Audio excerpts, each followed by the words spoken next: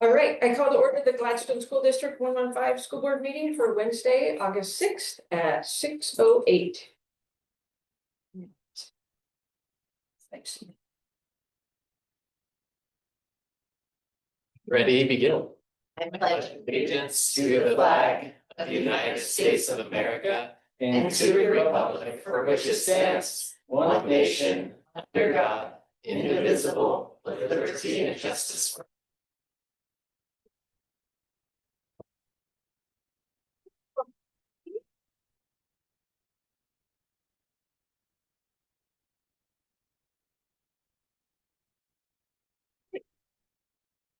Item B is to approve the agenda. We need to make a minor change. The oath of office for elected board member position 5 will be postponed to next month due to him not being in attendance. Just change that. Any other changes? No. Okay. I'll motion to approve. Okay, I'll second. Charlie motioned and Nicole seconded. Any discussion?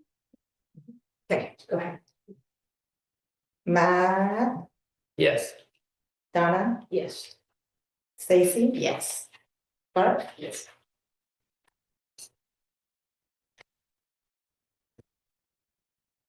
All right. Got it all? Perfect. Next up is discussion reports. Property and casualty insurance for Brown and Worth. yes.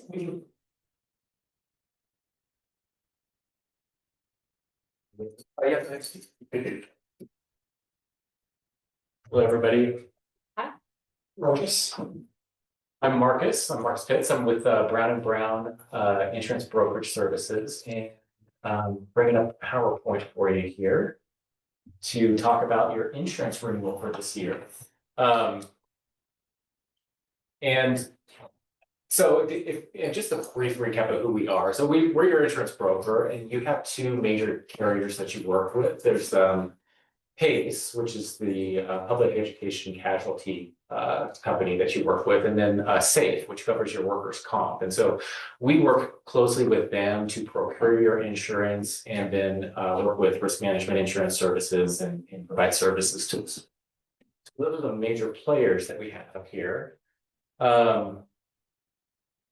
So every year we have an annual renewal, and we try and work with the districts throughout the year to get you prepared for what's going on in the upcoming renewal. This year was a particularly unique year in the insurance market for a few reasons. One, we knew throughout that it was going to be a difficult year for premiums. That's nothing new. It's been that way for a number of years now.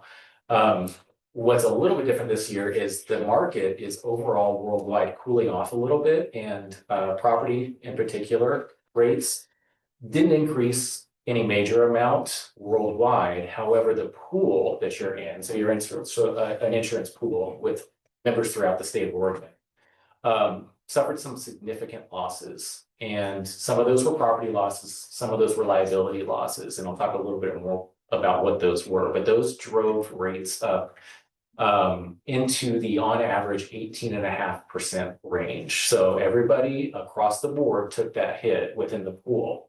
And then individual performance depended on a couple of factors like, do you have new buildings, or your budget's going up quite a bit, or, what's payroll looking like? And so you see individual performances change based on that.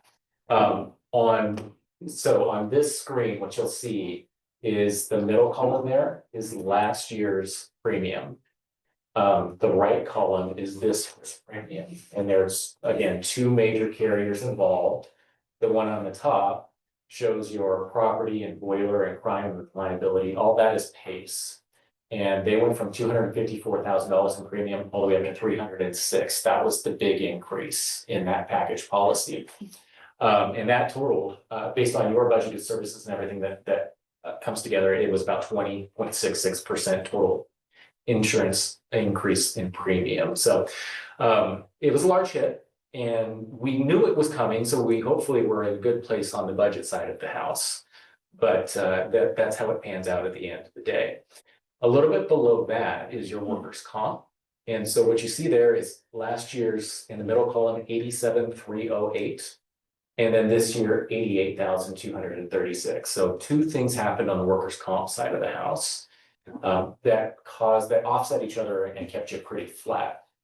You have what's called an experience rating. The experience rating is a compilation of all your claims for a 3-year period and how those have increased or decreased. If your experience rating is 1.0, you're flat, you're in line with all of your peers.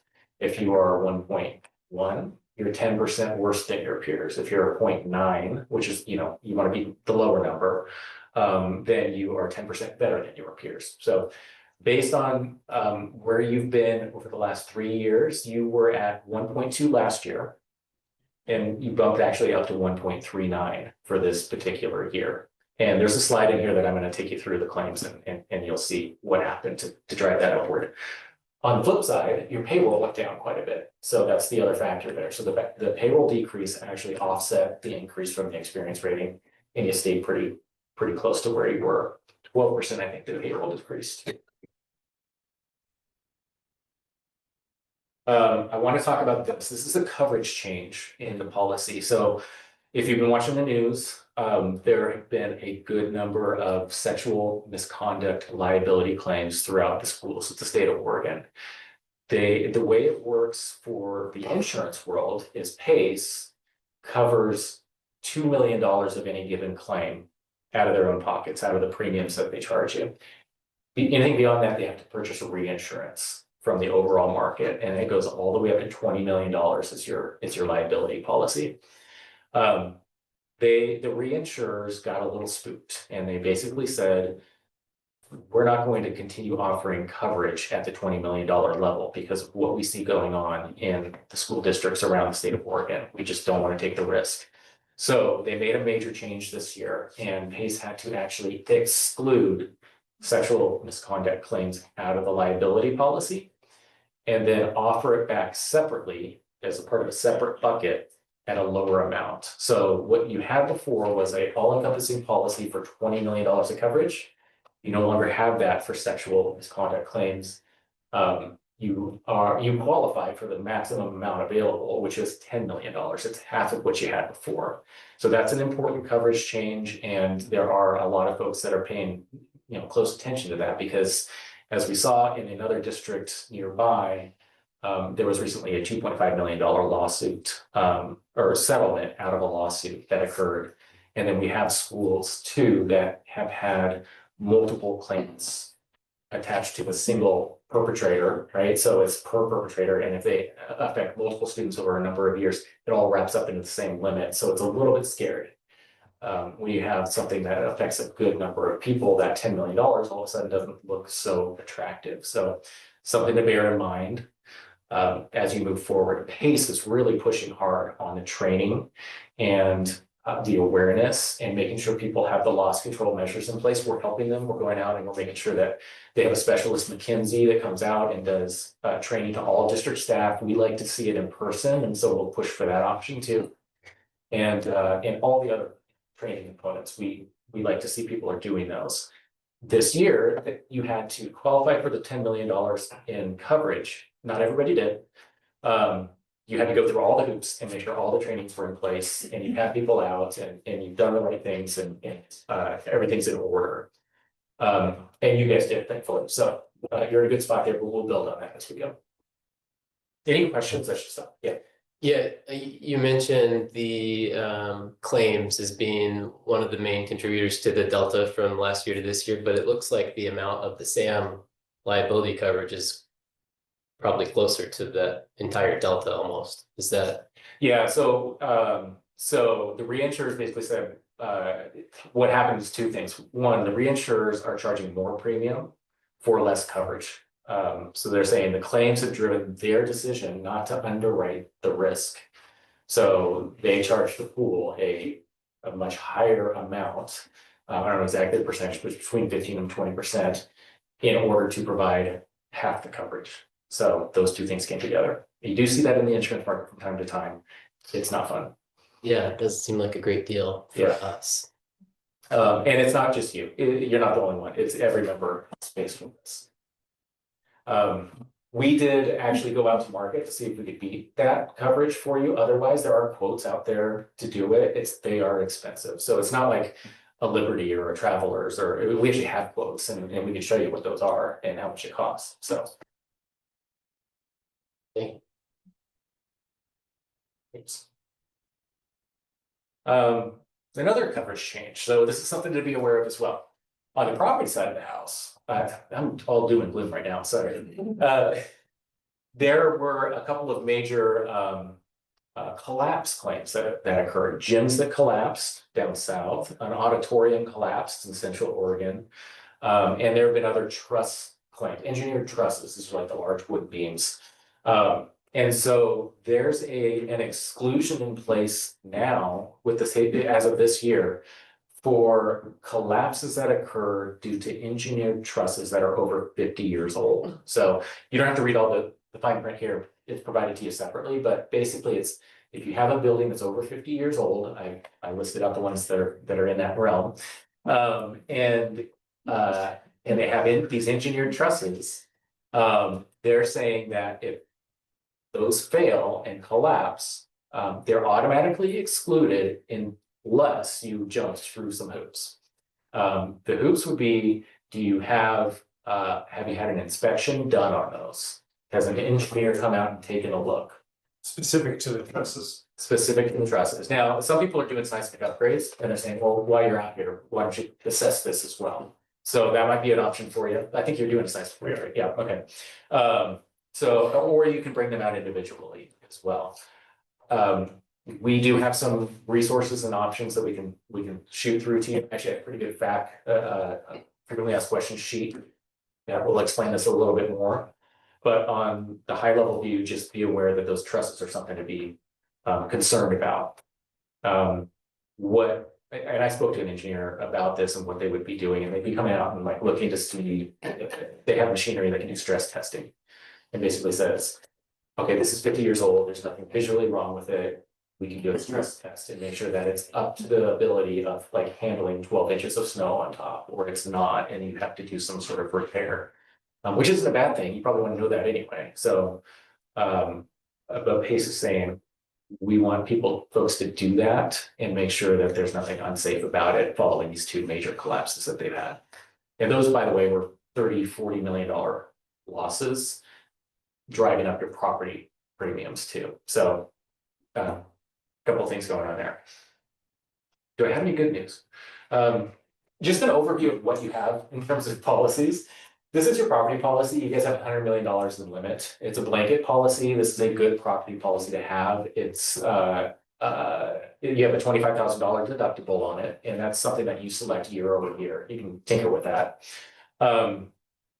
But the nice thing about the blanket policy is if you are accidentally undervalued at one building, they don't penalize you for that. Other types of policies say if you schedule it for $1 million, you get $1 million. But if you're at $1.5 million, you still get the $1.5 million. So that's one of the nice things about these PACE policies. And we always just let people know that there's, earthquake and flood or different deductibles, but your deductible right here for general losses is $25,000. And we've elected to keep it there this year as well. We'll look at it again. We have new folks involved and we can do an analysis as we go. Your educator's liability, this is all the liabilities. It could be a slip and fall type of a premises liability. It could be an employment liability for a wrongful termination. It can be a professional liability, certified teachers. That is all encompassed in this $20 million limit. That used to have sexual abuse and molestation in it. It does not have it any longer. And then you have a $0 deductible for that. So they cover you from $1. And again, that can be adjusted as well. Is the $0 deductible for those types of items typical for this? Yeah, it's actually what they call the standard plan. What we see people do as districts grow and get a little bit larger is if you can handle a $5,000 deductible, and we can look back and see, oh, you've had, an average of one claim or 1.2 claims. Can you handle a $5,000 hit twice in a year? Then maybe you bump it up a little bit and see what your premium savings are. So, on renewals, we will do that analysis for you and get you a quote. And if it makes sense, then we can bump it up. You have a cyber policy in place. This year, I think you guys had Cruise, which was a system that was hacked into and personal information was stolen. It wasn't just you, it was 130-ish, maybe even more members that had that happen. And the reason I bring that up is because you have $1 million limit, which is good, and they'll pay for if you need to do, notices out to folks, or even if you have what do you call it, an embezzlement or a ransom. That policy is there for you. However, you're part of the pool, and they won't pay more than $5 million out to the entire pool in a year. So that's just something to be aware of too. They've never gone over that $5 million for the pools, but it's first come, first serve. So if somebody else exhausts that for some reason, then be aware of that. Realistically, it would take 5 $1 million hits to make that happen, which just doesn't historically happen. And is our pool all public schools in Oregon, or is it smaller based on district? No, it's all. Okay. The K through 12s and actually a good number of community colleges as well. So. And then I was talking about workers' comp a little bit earlier. So the 3-year average that they do is like right here, 21, 22, 23. Oh, I shouldn't touch. Okay, I'm not gonna touch any. So those 3 years are what factor into your.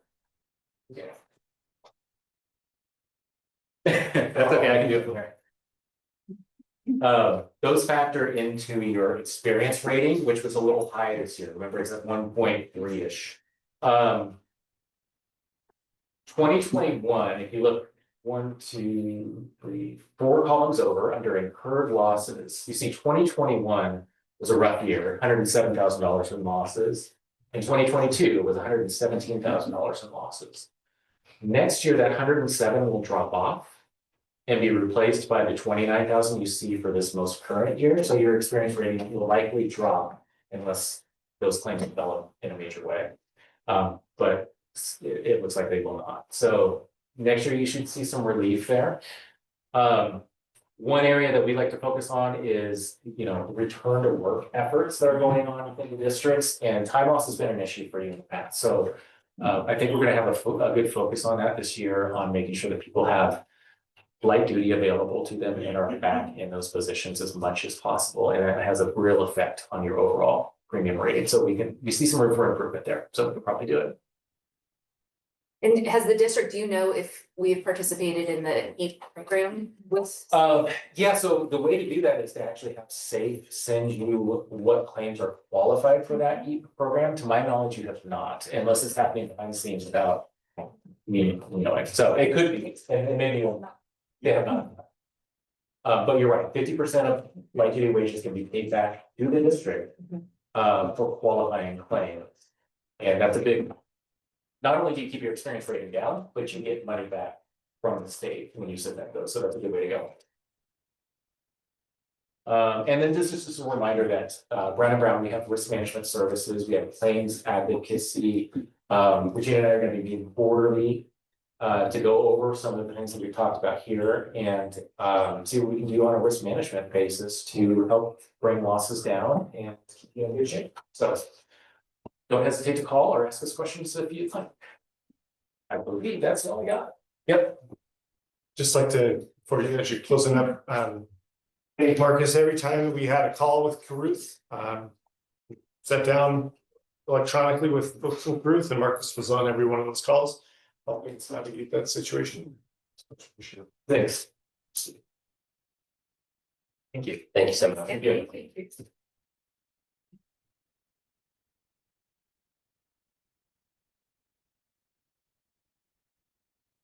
All right, 3B is the annual Oregon English language, English learner report from. So just a reminder, this is the annual report that comes out, but this is not our data, this is statewide data. So this is giving a snapshot of 2 years ago, 2 school years ago, the English learner report statewide. Last year, a question came up about, how do we look relative to that? And if that is of interest, we can provide that. Go forward, but this is big statewide data. All right, any questions? it's statewide and a year old, so. Yes. All right, next up is 3C, annual restraint and seclusion report. And Mackenzie's going to come up and present on that, and I'm gonna get myself off from doing proper introductions till the agenda item itself, so she will present to you and then be introduced. Yeah, well, I can introduce myself too. I'm Mackenzie Mullen. I'm the Director of Student Supports. The data I'll be sharing today is restraint and seclusion within Gladstone. It is current. It is from this year. I'm like, okay, so thank you. So I'm just going to quickly review what restraint means in terms of ODE's definition of it. So restraint means restriction of a student's actions or movements by holding the student or using pressure or other means. Seclusion is the involuntary confinement of a student alone in a room from which the student is physically prevented from leaving. Seclusion includes, but is not limited to, the involuntary confinement, I'm sorry, of a student alone in a room with a closed door, whether the door is locked or unlocked. Okay, so that doesn't mean that restraint and seclusion cannot be used, right? They just have to be used in a way with trained professionals. And it can be used if the student's behavior imposes a reasonable risk, if a less restrictive interventions would not be effective. Used only for as long as the student's behavior poses a reasonable risk. Must be implemented by those who are trained and requires continuous monitoring for the duration of the restraint and seclusion. Okay. So here is our data from the 24-25 school year. There were 10 incidents that involved physical restraint, and from that there were 7 students who experienced restraint. Okay, and here's the demographics of those students. I'll let you guys take a look at that rather than me reading through it. Let me do it. Grab some water. Do we have any questions about this data before I move forward? Can you remind me what schools the 10 incidents took place at? I am not sure. It's one of our schools, obviously, but I'm not quite familiar with the exact students. This data comes from Michael. Good. I'm assuming most of them are elementary, but It seems like most are elementary. Correct. Like my experience is that's typically where most of our restraints do occur, but that's also where we are responding the most to it, where there's more trained staff, where there's additional adult supports placed on IEPs. I do know that there was some incidences with, students on a 504. One of those students became eligible for an IEP. So prior to that, they weren't eligible for special education services. There were a few incidences with that student. And our protocol and procedure should do a behavior support plan, meet and talk about that behavior and how we're going to prevent that from occurring. So then I think that resulted in identification of an eligibility disability and then having an IEP in place.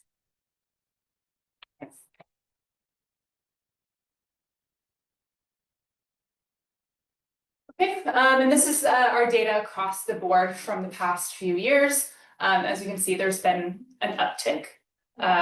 I'll go through our response to that and what we plan to do to help support our students.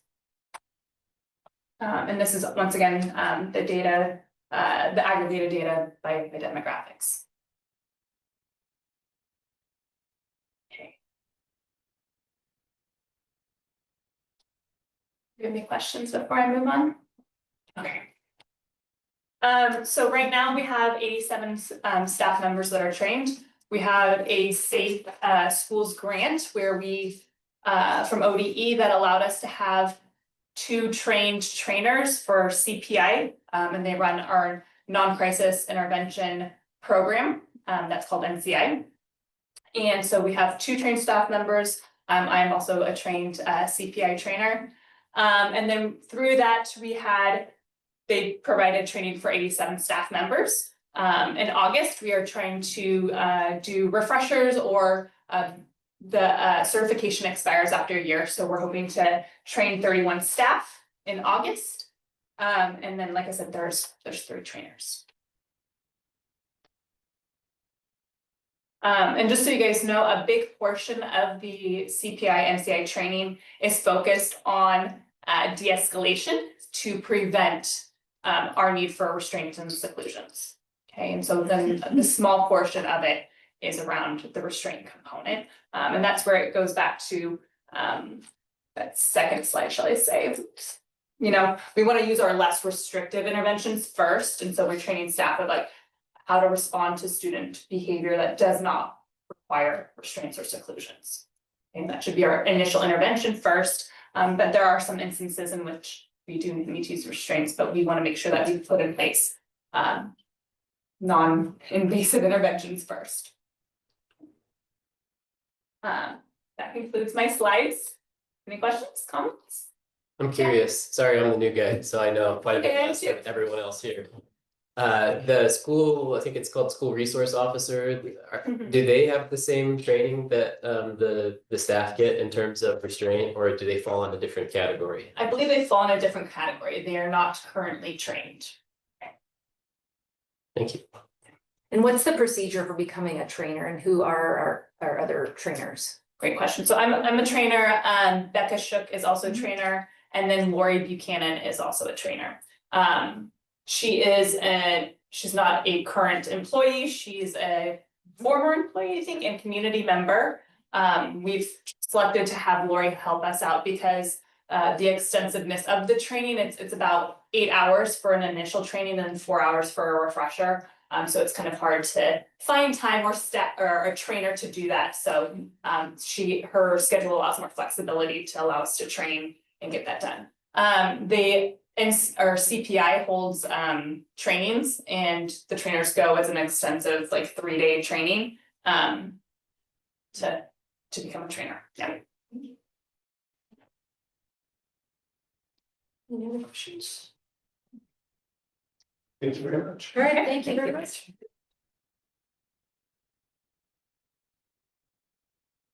Ricky, It is a hot topic. It is a hot topic, and this will not be a comprehensive overview of it. This is really a preview. The governor over the summer issued her declaration that cell phones be banned bell to bell. So that's the way it's being understood in the vernacular, is bell to bell ban on cell phones. That is essentially what we have in place at the middle and elementary schools already. What's different is that our current, what we implemented last year was not bell to bell in the sense that students at the high school were able to access their devices during lunchtimes. We are an open campus for upperclassmen and during passing periods. We're not just talking about cell phones. We're talking about your watch, talking about my earbuds. We're talking about anything associated with the mobile device. So we're in a pickle. The way I see it, let me just give you the logistics first.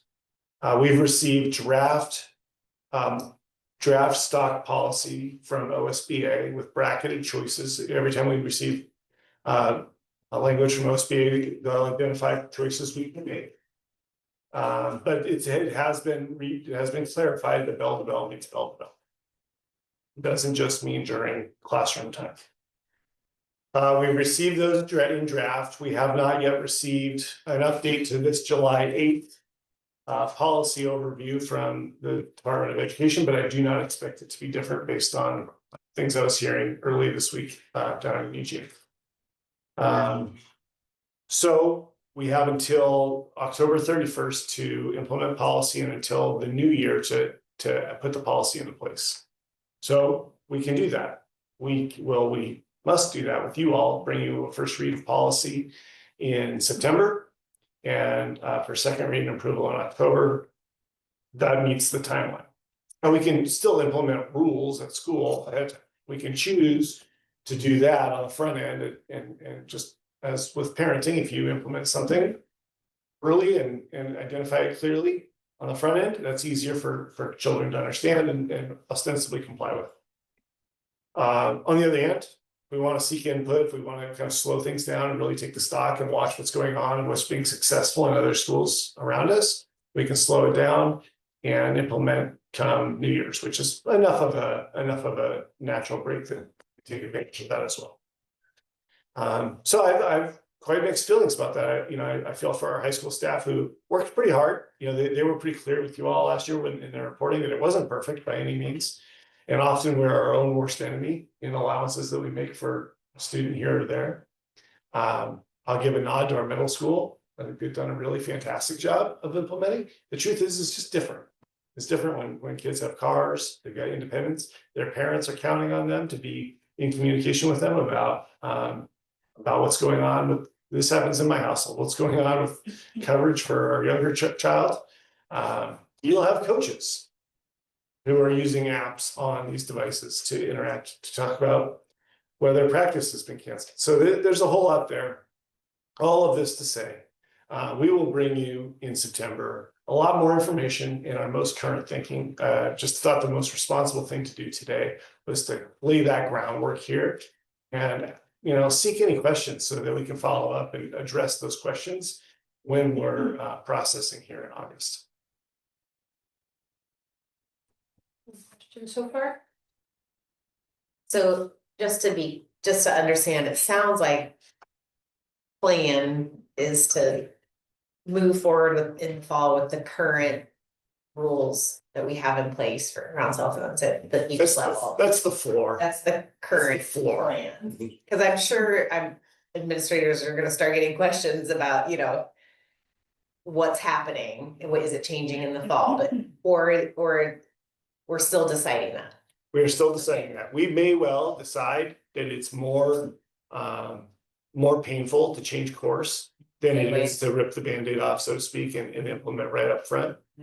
That's kind of the calculus is what's going to be more successful and what's going to be less of a distraction for kids from actual teaching and learning, and staff as well. When do you anticipate a decision to be made? I will certainly be able to communicate it prior to the start of the school year, what course we're going to take. But our hands are somewhat tied, right? We are going to comply with the law because it's the law, and we are likely to be especially focused on learning time. Thank you. For public participation, and we did not receive any public, but no one signed up, so we're gonna move on from there. Action items, so this is our first meeting with a consent agenda. So we are going to approve minutes, approve alternative education programs, authorization to spend, extension to first student contract, and approve the board calendar update 25-26. Unless there's anything we want to take off of there, right? Jeremy? Yeah, and because it's the first time, it's worth unpacking, so we rehearsed this with board leadership. The ideal way to separate something from the consent agenda would be, the most ideal way would be to say, hey, read the agenda, can we, by email, can we remove that, or can you answer a question about why that's in the consent agenda as opposed to more of a discussion agenda? The second way would be just as fine. All right, but still the second way would be at the approval of the agenda up top and just say, yeah, I'd like to approve the agenda, but with this exception. So we can remove that item, make sure that it's discussed the way you'd like it to be. And then the third is maybe both of those opportunities slipped your mind, or something has come up that causes you to question that agenda item. And you have every right in the world to discuss that and have it pulled out of consent agenda. The consent agenda idea is to make the meetings efficient, but also retain transparency so that you are retaining the transparency you want around the key topics that the public is interested in. Cell phone policy might be one of those, or that you would not include in the consent. Okay, so does anyone see an item 1 through 4 that they'd like to pull out separately and talk about? Good. Okay. So can I get a motion to approve our consent agenda? I'll motion to approve our consent agenda items. Stacy I'll second. and Matt seconded. And then any discussion? Okay, ready? Gaga, Yes. Charlie, Yes. Clark, Yes. Nicole. Yes. All right. Do you call vote for the people in motion or not? Usually she does. Yeah. Still call it for the, even though we. Yeah, made the motion, we need to. Stacey, need to yes, vote too. even though I motion, yes. Yeah. And, Mark, Matt, yes. thank you. Okay. And that leads us to 5B, which is adopt the 25-26 board goals. So in our work session a couple weeks ago, we worked on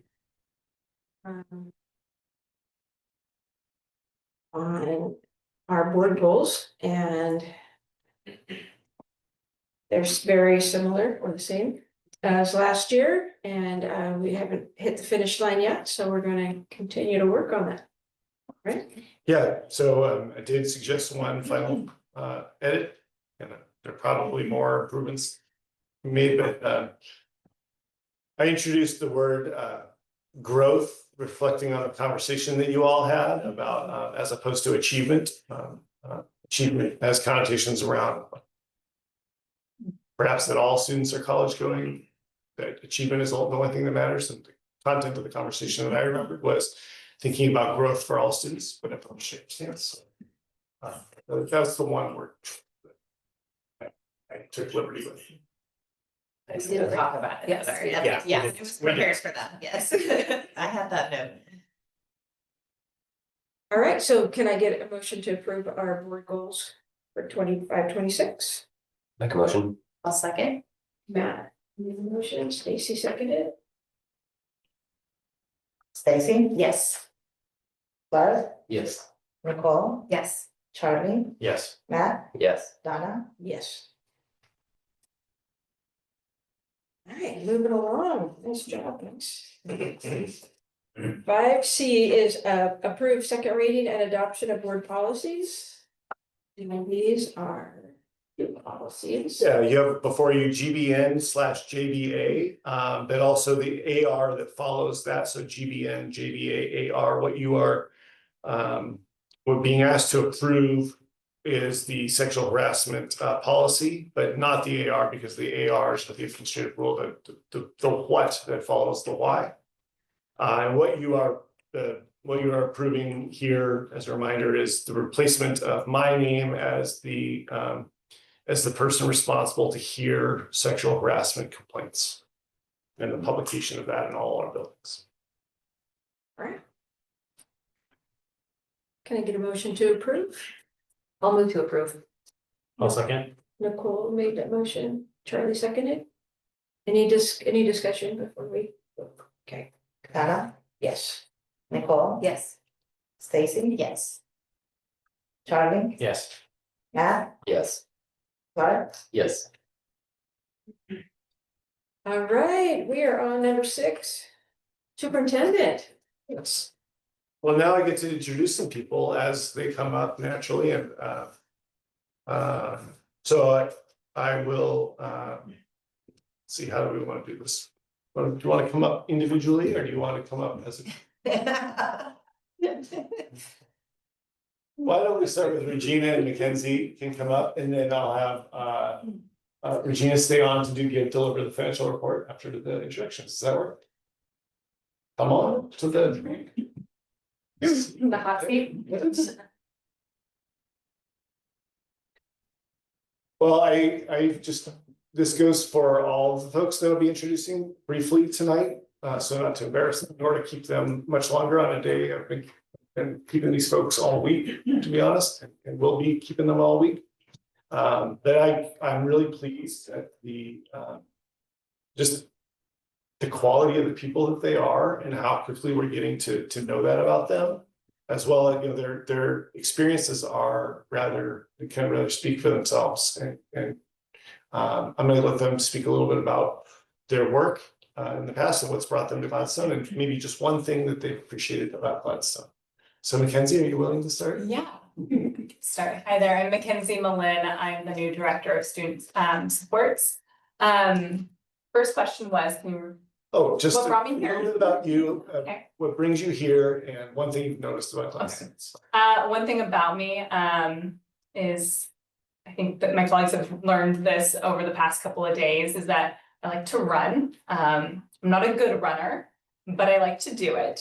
I also have 2 dogs that are very cute and adorable, that are my life. So I enjoy hanging out with them on my free time and going on runs. They do not run though. So they're pit bulls, they're lazy, they like to just sit on the couch. So they're more about speed for a very short time, which is very different than how I run. What brought me here is the opportunity to be a part of a small community.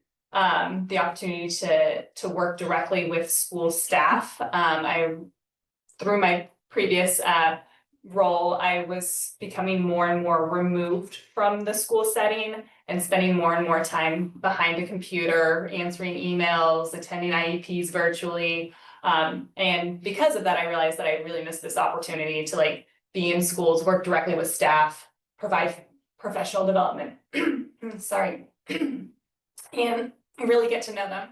This is bonkers. What cute, isn't it? Thank you, yeah.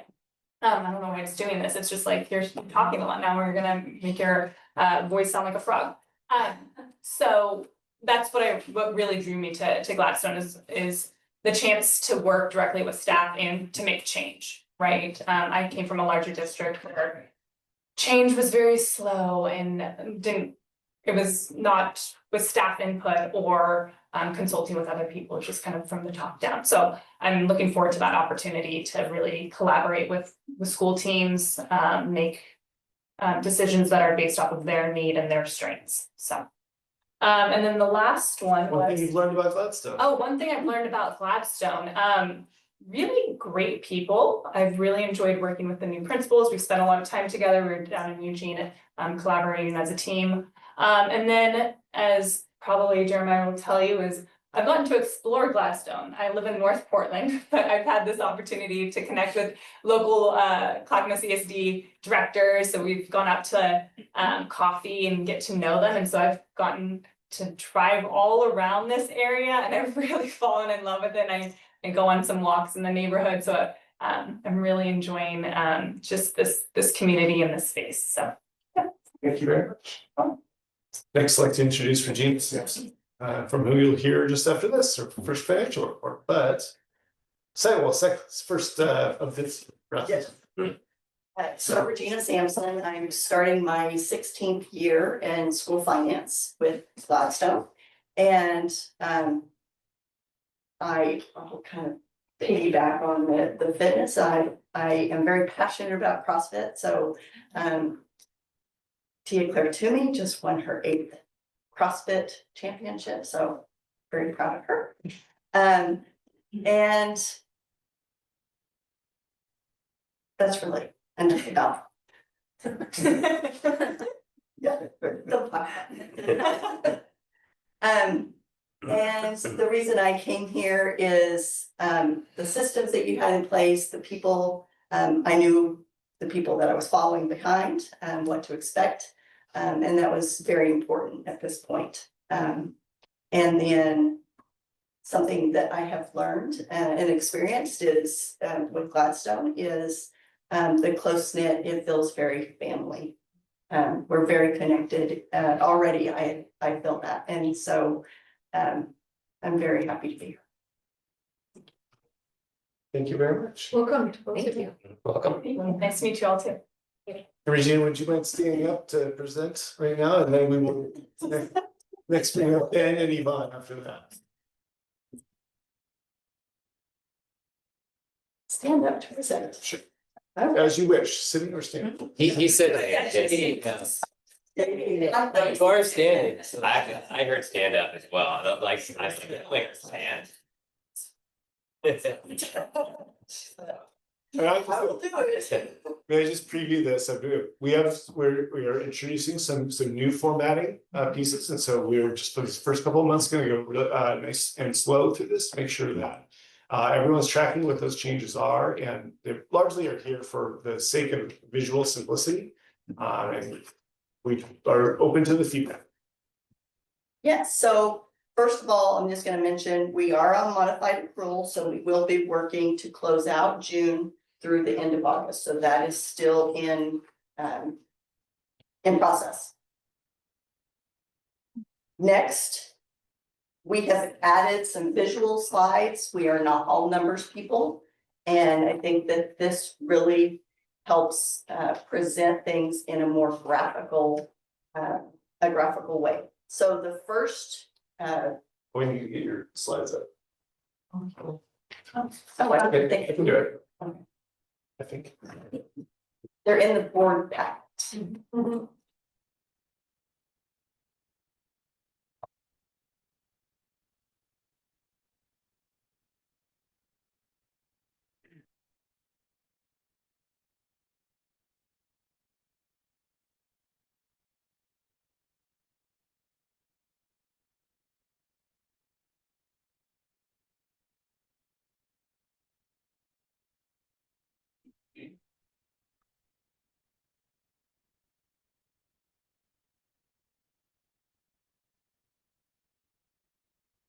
Well. You need to focus on your packet, which black and white. Okay. We'll have to, they're very pretty graphs. We can, if We we do have them on our. Oh, okay, Yeah, good. we're good. Have some, Other- they're pretty graphs. The top, so the first one is revenues. So at the top, you have where we're at in our collection versus our projected. So the little bar is the projected and the little black line is where we're actually at. So you can see our projected revenues. Our total projected revenues, we were at 102% of our projected. Our local funds, we were at 107% of that. And then our state funds was at 102% of our projected. You can also see in the graph on the right that these are our top 10 revenue sources that make up 99% of our budget. So that's very significant. Below that is revenues. It shows our budgeted revenues, projected, and current year revenues in comparison. So projected revenues from this system, it is actually looking at a 5-year history and then projecting what current year projections would be based on our budget. So it has some things that we have to actually go in and check and make sure there's no anomalies in there. And since this is the first month that we have implemented, that was not done for the 24-25 year. So just noting that. The other two on the left are prior year versus current year. So you're able to see revenue sources for last year versus the 24-25 year, so 23-24 and 24-25.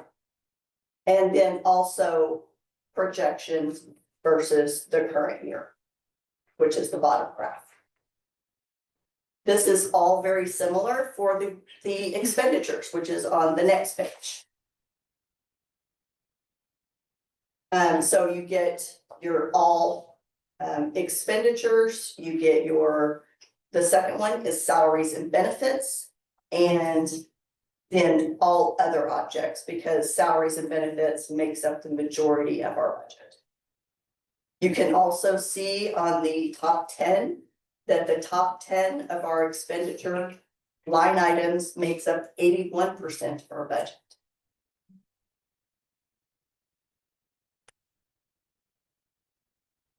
Again, budget versus projected and current. And then you have the opportunity to see the prior year versus current. We do have some purchase services that were higher this year than in previous years, as well as capital projects. And then again, the bottom graph is your projected versus current.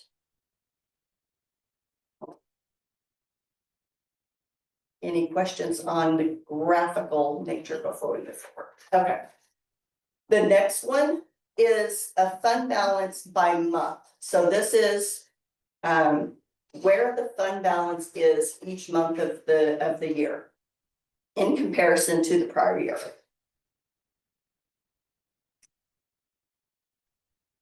You can see that in July, we get a bump. That is our 2 state school fund payments that we get in July. Then we kind of manage around until we hit the November timeframe, which is when we start collecting those property taxes. And then that kind of carries us through the year until May, when we don't get, that's our final state school fund payment. And in June, we don't get a state school fund payment, and we have the 3 payrolls. So you see that down slope towards our the June ending fund balance. That is slightly lower than what we're projecting currently to be our ending fund balance for June. So tell me the years for the blue and the years for the red. The red is prior year, so that's 22 or 23, 24. And the blue is current year, which is the 24, 25. 24, 25. Correct.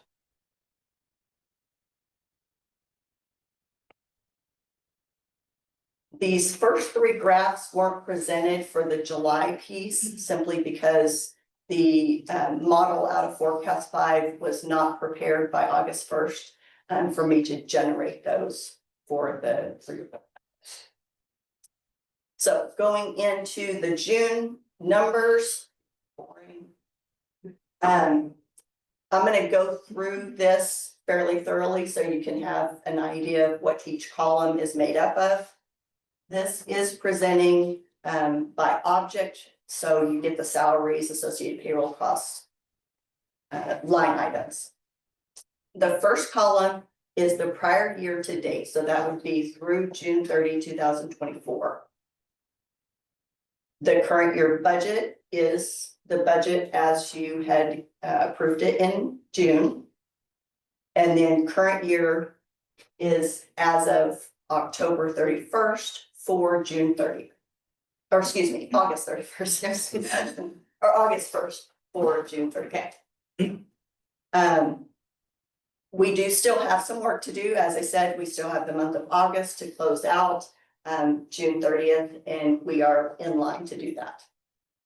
So the next column is the current year amount as a percent of the budget column. So that second column. Projections are what we're still thinking may happen between now and when we close out the year to get us to our projected annual forecast and our forecasted fund balance. So this is looking possibly a little bit lower than where we had originally projected it at 1.4, but that still could be in place. Any questions on this formatting? Okay, this is your general fund, and the next one is your grant funds.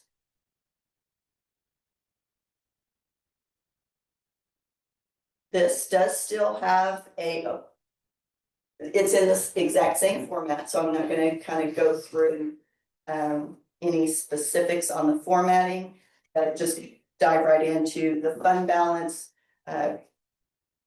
When you say grants, you don't usually hear a fund balance, but we have contracts and local funding sources such as the Hetherington grant in this fund.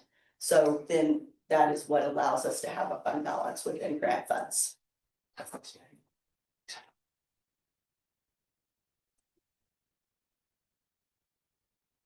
Any questions on grants and contracts? Is it too late to ask a question about the last slide? Absolutely. Sorry, I'm a slow reader. You're fine.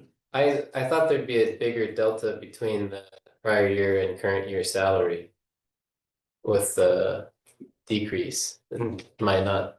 The decrease will be seen in next year's delta between this year, because that took place in June. Copy. I would also, I would add in, is that we include in that associated payroll costs, right? So it's not as though we're necessarily spending less money. It's how much more money we're sending to PERS.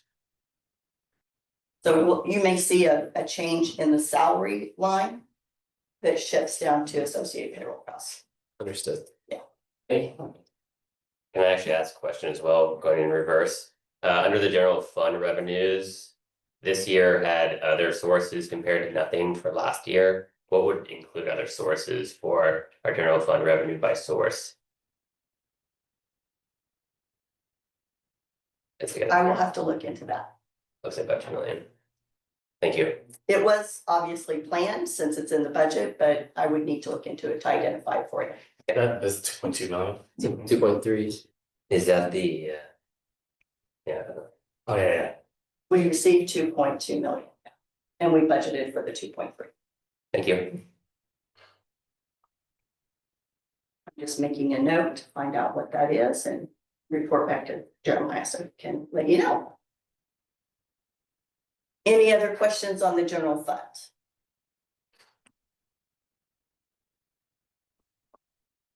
Okay. And anything on grant funds?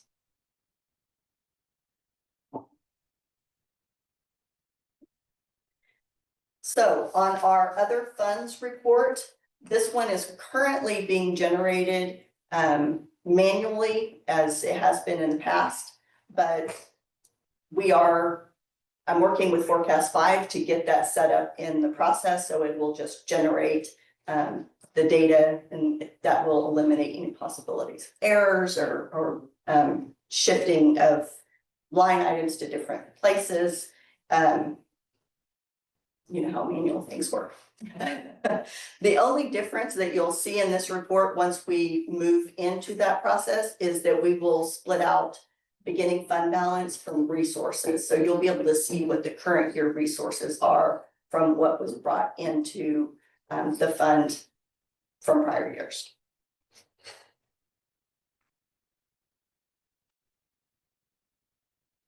Is there any questions on that one right at this moment? Okay. Well, then we move into the July. These are, it is our first month. We get 2 state school fund payments, so that is a large chunk of our revenue for the year. It's payments. We also we will not be bringing over our fund balance until after our audit, which audit is in September, so that'll be September to October timeframe. Payroll this month, of course, is only our 12-month employees, so that is a much smaller payroll for the month of July.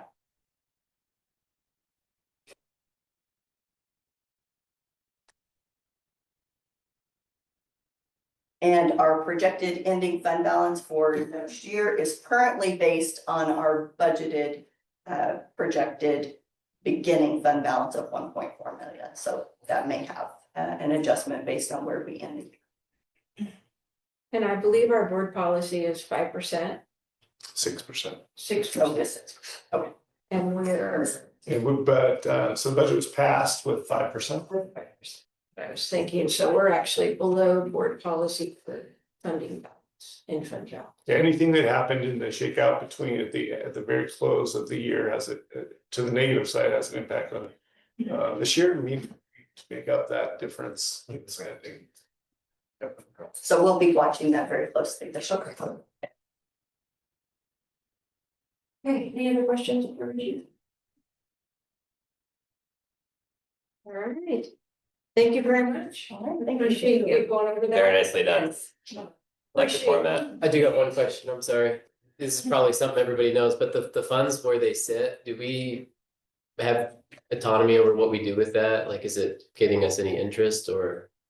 Absolutely. So currently, so our cash, that's what you're referring to. Yeah. So we use LGIP account, which is a state collateralized fund where we can, so we can hold more money than you would be able to hold personal bank account. And we are collecting, it's close to 4% at this point. So, So we are getting a healthy return on those funds. We only pull money out of that when we are needing to make AP or payroll runs to try to make as much interest as we can. thank you. Thank you, Regina. Hey, Ben, Yvonne, you mind joining us? You won't have to give a financial report after. Via is our human resources specialist. She works just down the hall here and has been hard at work for the last month or so. And I'll ask you the same questions. Introduce yourself just a little bit about yourself. Yeah. What you were interested in about Gladstone and one thing you've learned about Gladstone. Yeah, so my name is Yvonne Villa. I have about 8 years in public sector experience, that stemming from Mount Hood Community College and then working at Washington County. So now I'm here at Gladstone School District. What caught my attention as far as Gladstone School District is I wanted to feel like I had more of an impact. It very much similar to what Mackenzie was saying. It just felt like, you know, responding to emails, and I know I did have positive contribution, but just really making those relationships and connections and having that impact. So I'm realizing now with my role, having been here for a month, definitely going to have lots of room for making some positive, significant contributions, and also that resulting in positive impacts and just to increase, my hope is to increase diversity, equity, inclusion, and then also increase efficiency within our processes and making it a better experience, not only just internally for us, but also for others who will be a part of the process. So essentially collectively for all stakeholders. What I forget the last question that you had mentioned. Was something? That was fun. Oh, okay. I was gonna say, but as far as Gladstone goes, I didn't know before, but it is a very small, tight-knit community. Although at first that felt like a little intimidating, I'm pleased to feel the welcome and openness. So I very greatly much appreciate that. Thank you. Some of you know Ben Hargrave because he was a Spanish teacher at the high school for the last 2 years. And before that was middle school principal at Estacada, but he is our middle school principal. So Ben, same questions. I feel so excited and honored to be in the role at Walter L. Kraxberger Middle School. Because this is my community. These are the sidewalks that I run on. These are the parks that my kids play on. The splash pad that we go down and splash in. The river that we skate rocks in. And so I feel a deep connection to this space, and I'm excited to serve our community and be a part of it. And I feel really energized by that. A little bit about me. I love being outside. I love eating food and cooking food. I'll give it at that. Next month, you'll hear how the first couple days of school have been. Yeah, very excited to start school, and really eager to get to know our educators and families, to build partnerships, but most excited to work alongside students and to smile with kids and to be excited for students and help them realize their own futures. That's what I'm looking forward to most. Thank you both. Yeah, thank you. Some of you may know Jamie Landis, who I'll bring up next, and she will introduce Kelly Rogers, her assistant principal. So come on up, both of you, but Jamie can, Jamie, who worked for 7 years at John Wetton Elementary School, before leaving for Oregon City and David Douglas School Districts, where Hi, she Stacey. learned a lot. Yeah, We're very pleased to have Jamie back here, and I'll let her introduce Kelly after she talks about her experience. well, yeah, you just shared the nitty-gritty about me. Yeah, I was here in Gladstone. My family is here in Gladstone. I'm a community member. My kids both go to Gladstone schools. My son is gonna be at Praxburger as an 8th grader. My daughter is at the high school as an incoming 10th grader. And yeah, John Wetton is kind of my home, so it's really a homecoming for me. When the position opened, yeah, I knew that this was the opportunity that was always the goal when I decided to go in and get my admin license. So it's full circle for me. I'm excited to get back with staff. I'm excited to re-engage with students. A lot of those kiddos I'm not really familiar with because I haven't been there in a couple of years. So I'm excited to get to know and see all the family connections because as you know, and as you've heard, and as you live, Gladstone is a tight-knit community. So we're all connected. So I'm really excited for that. In searching for a new assistant principal at John Wetton, we had a lot of really great candidates and Kelly really rose to the top. He has administrative experience, which he can share. And he was really looking for a partnership, which is exactly what I was looking for. And so we've been working together for a little over a month now. And one of our staff members said the other day after meeting with us, wow, you guys really have a good flow already. And so we're excited to go into the school year with that flow, partnering together and starting the school year off well. Yeah, I'm Kelly Rogers. I'm really excited to be partnering with Jamie and leading John Wetton. And I can say that I've learned we have great kids. I've gotten a chance to see summer school students coming in and we have great staff. They're greeting kids, they know kids' names. I see that tight-knit community and I really enjoyed my time already this past month and a few days getting to work with Jamie and think about John Wetton and the strengths we have and how we're going to continue to grow. Happy to be here. Happy to have you. Yeah, Yeah. welcome and Thanks. welcome back. Yeah. Thank Thank you. To round out my report, I'll just give you a quick update on facilities. Had a great meeting with the city last week with Mayor Milch and City Manager Betts. And as well as folks from Rose from Northwest Family Services. The punchline is, it's not a done deal, but as a, I think the most likely option is that instead of not having a home for the food pantry, community food pantry, the likeliest outcome is that we will host it. We are doing some diligence to make sure that we've got the logistics of that ironed out. Northwest Family Services has always been a great partner with us and quite frankly, we can't see how we would let this opportunity slip through our fingers. Ben has helped me see that in a new light. You know, I saw it as a community asset slipping through our fingers, unfortunately, because of the circumstance of them losing their home. He helped me to frame it as an asset that we could have embedded in one of our school buildings and have our children see that this is an important thing to do for one's community. Possibly to participate in that. Shoot, that's hard to argue with.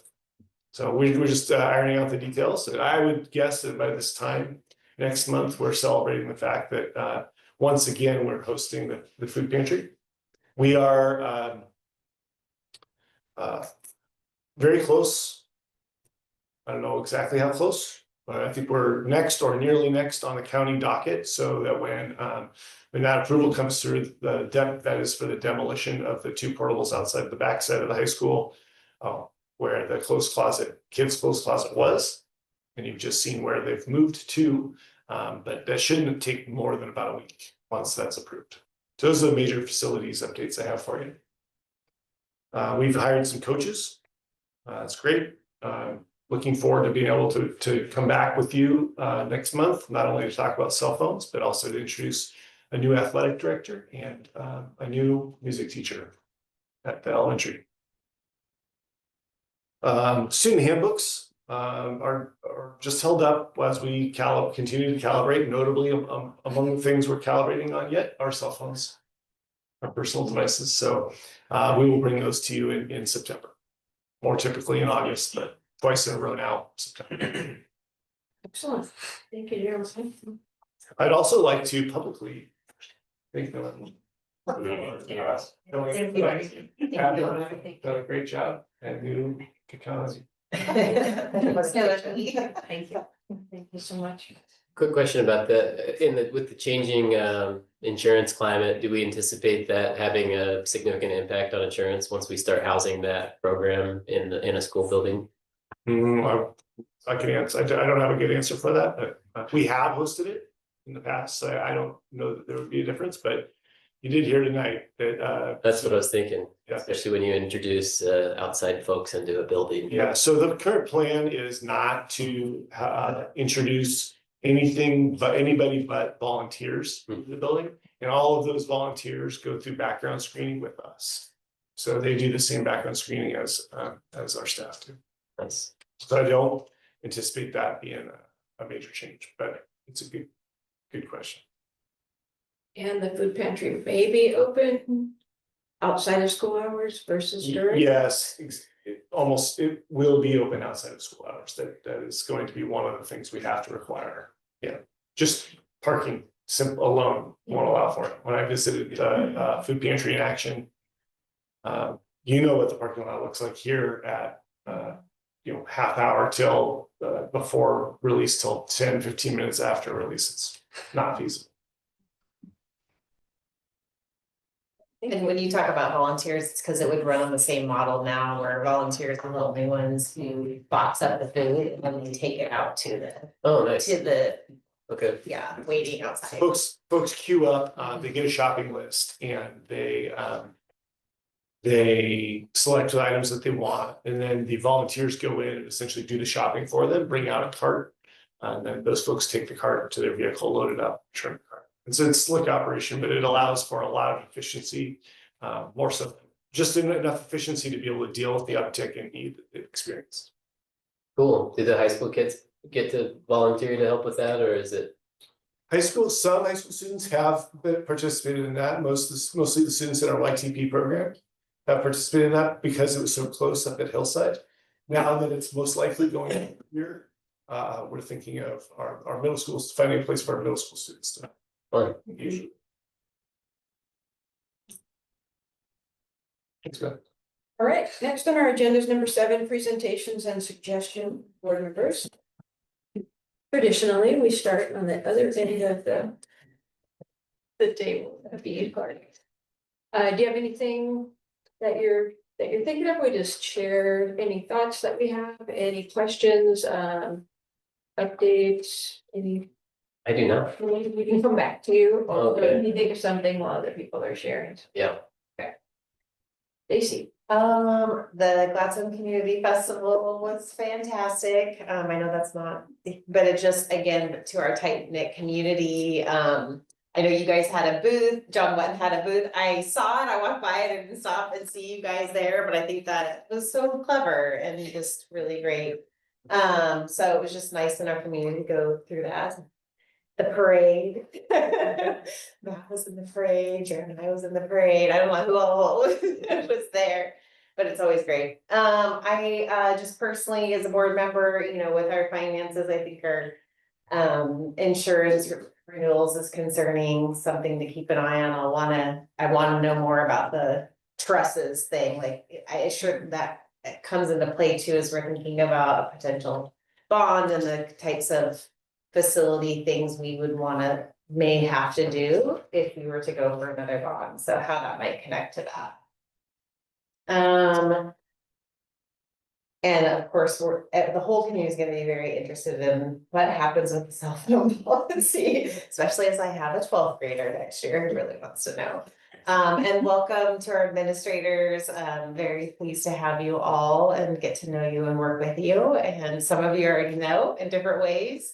But just, I have, after, all these hires, it feels like a lot for a small school district, but it's also so exciting. And I'm just really thrilled because I think, we have as a district done very well, and hope that you guys will feel at home and feel inspired and positive and successful in your role, so you'll stay.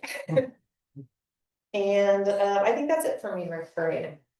I don't have much. I also, my family also got to enjoy the Glasgow Festival, where it felt like there's an interesting energy where it's still summer, but it also feels like everyone's just so ready for school year to start. My son is, yeah, I know. I only just realized our school is like 5 minutes from now. My son's just entering a Cracksburger. I have no idea about school supplies, and already I feel like I'm again, welcome to all the new staff and returning faces and new faces, and really excited to be on the precipice of next school year. Yeah, not a whole lot to add. I mean, you both covered it, pretty much what I wanted to say, but I'm just really excited for the upcoming school year. I know it's gonna be challenging, and I'm just so grateful for our staff and all the new faces, and I just feel this sense of energy that we're really gonna just do great things this year. I'm really feeling positive, and spending time at the community festival this past weekend just was really a testament to how unique this community is and how ingrained our schools are in the community. And I mean, I love that you were there and participating in the Education Foundation and the parade. I mean, just all of it. I mean, it's so intertwined, and it's just really special. And yeah, feel really happy to be part of it. So. Well, I know you haven't heard it, but the community festival was amazing. So, yeah, essentially that one Toyota truck. As long as no one got sunburned, because it was really bright. No, just driving, and as my dog was co-piloting some of the time, and just watching from old to the youngest, the energy, the screaming by the old and the young, like everyone just bought into the same thing from all the different clubs, groups, community supporters, commercial supporters, everybody, it just recharged the tanks for this coming school year. We definitely have some hurdles we're facing. We all know it. But, I think us really focusing on offense this year and really being proactive and trying to forecast as much as we can and make the right decisions as early as possible to mitigate any kind of issues. I'm just really excited for the great board we have, and, definitely optimistic. So. All right. Clark, did you want to add anything? I wanted to give you an opportunity. I mean, any of the non-Gladstone residents, I'd be happy to recommend it. We do have houses along the Lovely to live here. Awesome.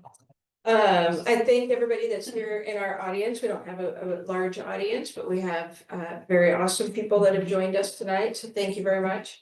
And welcome to our new administrators. Some I've known before and had a chance to work closely with. And if I haven't, I look forward to getting to know you. And the festival I thought it was an amazing turnout. Both at the parade, I mean, it was the little area that I was in, it was packed. And those of you in the parade know how packed it was the entire route. But when we went back down to the festival at the park, it was hopping. Like there were a lot of booths, seemed more than usual, and just a lot of people and just so involved. So it was just really refreshing to see all that. And let's see, I thank you all for a great work session that we had. That went really smooth. It was very productive. So thank you very much. And I wanted to check on a couple things. One was board mentors. We had Andrew has. I was me. His mentor, and then we have Clark on board. So if we have a mentor, somebody that wants to mentor Clark, just let me know. We can get you guys connected. Just some kind of a board buddy. So Sweet. help me out a little bit. And we went over our committees at our last at our work session. And Jennifer put together a list of city council meetings. On the website, it's only up through, right, Mayor, it's only up through December at this point. Do you know when that will be updated? For the rest of the school year? If we think of school year, you guys think of fiscal year. So the regular meetings on the second Tuesday of the month are pretty consistent. Okay, And we sometimes have work sessions, other things on the fourth Tuesday of the month. okay, But so we could just add that. Yes. Okay, and then we'll send out a sign up so that you guys can sign up for that.